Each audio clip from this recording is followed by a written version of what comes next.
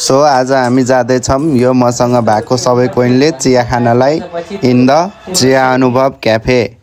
चलिए शुरू करते हैं।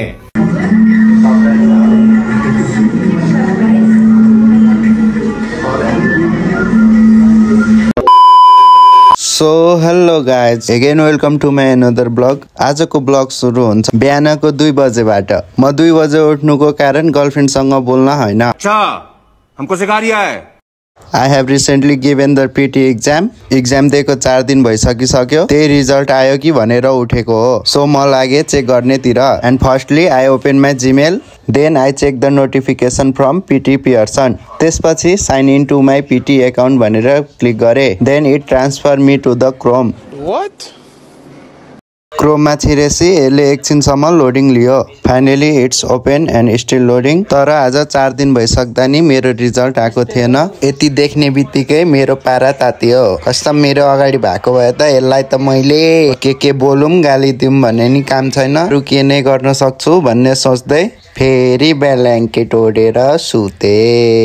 त्यसपछि फेरि 6 बजे उठेर ब्रस, फेसवास, पेस्ट सबै हातमा बोके होइन। अनि त्यसपछि लागे कलतिर फ्रेस हुनलाई। अब यति देखाइसकेपछि अब अरू नि देखाउनै पर्यो भन्दै फोन हातमा बोकेर बाहिर निस्के। ढोका लागिरहेको थियो, ढोका खोले। अघिसम्म कस्तो कालो देखाएको थियो, ढोका खोल्ने बित्तिकै यस्तो गोरो देखेर म एकछिन आफै सक परे। अनि त्यहाँदेखि आफैलाई हेर्दै कपाल मिलाउँदै ठिक्क थिएँ होइन। रातभरि सुतेर कपाल त चराको गुड जस्तै भएको थियो। काठमाडौँमा कलहरू कतै देख्न पाइएको थिएन, फाइनली यहाँ देखियो। त्यसपछि यसलाई चलाएर हेरेँ सुकेको छ कि छैन भनेर चेक गरेँ। And after I add paste on my brush and brush गर्नलाई रेडी भएँ। देन ब्रस गर्दै अब तल माथि दायाँ बायाँ यताउति सबै गरेर होइन, आँखा ठुलो पार्दै यताउति गर्दै ब्रस गरिसकेँ। अनि त्यहाँदेखि finally turn to wash the face. Then face wash लाएँ अनि मुखमा पुरै घसेर आज घसेरै गोरो हुन्छु भन्ने सोचिरहेको थिएँ। 5 मिनट घसेपछि हात यस्तो दुख्न थाल्यो। त्यसपछि I wash my face with cold water. पानी लास्टै चिसो थियो। फेस धोइसकेर क्लिन टावेलले यसलाई राम्ररी पुछेँ। त्यति बेरसम्म भाइ नि उठिसकेको रहेछ। सबको रातभरिमा फुल चार्ज भएको हुन्छ र उसको जहिले बिहान चार्जमा लाउनु पर्ने हुन्छ। त्यसपछि मेरो ध्यान गयो हामीसँग भएको कोइनमा। यो कोइन हामीले चिया खाने बेला त्यहाँबाट रिटर्न आएको पैसा हो। हामीसँग यो लगभग 30 वटा कोइन पुगिसकेको थियो। त्यतिकैमा फोहोर लिन आउने मान्छेले नि सिटी बजाइसक्यो। म हातमा फोहोर बोकेर लागे फोहोर फाल्नेतिर। फाइनली 2-3 दिनको फोहोर नि फालियो। देन रुममा आएर ऐना हेर्दै आफूलाई गर्दै हेरिरहेको थिएँ। अनि त्यसपछि स्किन केयर त गर्नै पर्यो, नत्र यो कालो मान्छे कहिले गोरो हुने। आफ्टर द्याट मैले लाएँ यो निभियाको क्रिम। पहिला मेरो स्किन मुख धोएर एकदम नै ड्राई हुने गर्थ्यो। आजभोलि यो क्रिम लाउँदा अलिक सफ्ट जस्तो फिल हुन्छ। त्यसपछि मजाले फेसमा घसेँ यसलाई। अब केटी जस्तो त 10 थरी लाउनु भएन, एउटा मान्छेको जस्ट एउटै हुन्छ, यति हो। देन म रेडी भएँ, लुगा सुगा लाएँ अनि हातमा कोइन बोकेर नाच्दै गाउँदै आज त कोइन जाने भयो भन्दै बसिरहेको थिएँ। यति बेरसम्म भाइ नि रेडी भइसकेको थियो।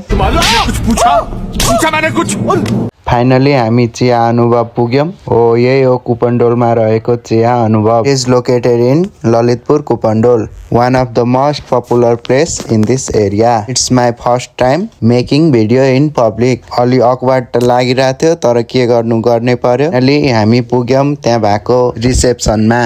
तर आज त्यहाँ अर्कै केटी रहेछ।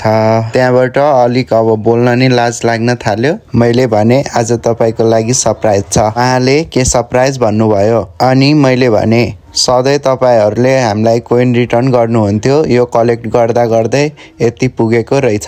मैले त्यहाँ गनेर सबै अब 30 वटा रहेछ। अनि मैले गनेर त्यहाँ बकेटमा हाल्दिएँ। त्यो पैसाले एउटा मात्र चिया आउने रहेछ। अनि अरू पैसा थपेर चियाको अर्डर दियौँ। यहाँ साथीभाइहरूसँग आउँदा खेल्नलाई धेरै कुराको व्यवस्था गरिएको छ। लुडो, उनो, चेस भयो। अनि त्यो एउटा काठवाला गेम हुन्छ, त्यो नि एभाइलेबल हुन्छ। अरू प्याक भएर हामी लुडो खेल्न थाल्यौँ। मस्त गीत सुन्दै लुडो खेल्दै अनि लास्टमा one of my favourite song बज्यो। सुनौँ है त।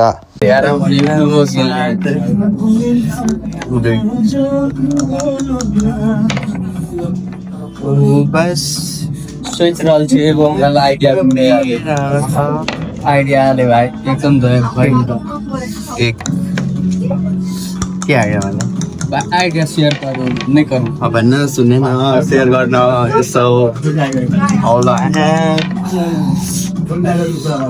आइडिया सेयर गरेर त कपी गरेर सुन्दा सुन्दै गेम कति बेला सकिएछ थाहा नै पाएन अनि फाइनली म जितेँ गेम सकिसकेर बल्ल आयो हाम्रो चिया अनि कुरा गर्दै चिया खाँदै र गेम खेल्दै अर्को गेम नि सकियो यो गेमको विनर चाहिँ भयो भाइ अनि हाम्रो चिया नि सकियो अनि हामी लाग्यौँ बाहिरतिर फाइनली चाइस आइपुग्यो हामी ट्राफिक जाममा परियो ट्राफिक जाम बाहिर निस्किँदा त घामहरू सब लागिसकेको रहेछ अनि हामी रोडभरि जे पाइदिए यताउति कुरा गर्दा गर्दै रुमतिर जान लाग्यौँ अनि कुरामै हाम्रो कलेजहरूको टाइमको यादहरूको कुरा निस्कियो सुनौँ है त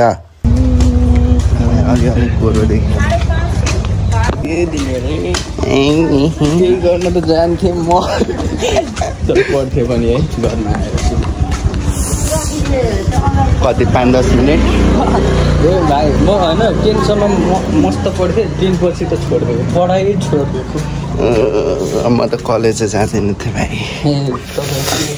तभन्दा बढी जान्छ ए मेरो 2 देखि 3 महिना कलेज छ होला ल बढीमा होइन 11 भरिमा बढी गएको है त्यही अब 1 वर्ष लाग्छ नि त्यही 6 महिना 7 महिना गएको होला 6-7 महिना नि धेरै भयो नि त मेरो त त्यति छैन र आज जान्थे भोलि जाँदैन पर्सि जान्थे तेरो कन्सल्टेन्सी कति बेला जाने हो कन्सल्टेन्सी जानु पर्ने छैन आज हैन पैसा तिर्नु छ ब्याङ्क जानु